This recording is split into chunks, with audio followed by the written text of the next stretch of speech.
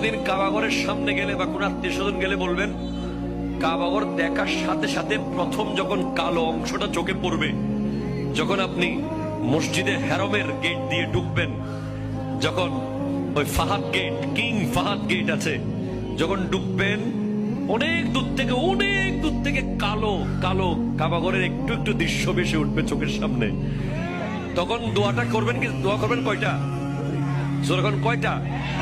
একটা দোয়াই কবুল হবে দেখার সাথে সাথে। কাবা ঘর দেখার সাথে সাথে প্রথম যে দোয়াটা করবেন ওটা কবুল করবেন কে? এখন শিখে নেন, অনেক মানুষ জানেন না হিকমত। আপনি একটা দোয়া করবেন, একটাই শেষ, একটা সুযোগ পাবেন আপনি, কিন্তু আপনি এমন এক দোয়া করবেন যেন যতদিন ওখানে থাকেন প্রত্যেক দোয়া কবুল হয়ে যায়। এই হিকমতি দোয়াটা শিখে নেন। আপনি বলবেন, আল্লাহ আমি 10, 12, 15 যতদিন এখানে থাকবো, যতগুলো দোয়া করব সব কবুল করে নিয়েন। দোয়া করছেন কয়টা? পাবেন কয়টা? কাবা, কাবে কি রৌনক, কাবে কা মঞ্জর, আল্লাহু আকবার।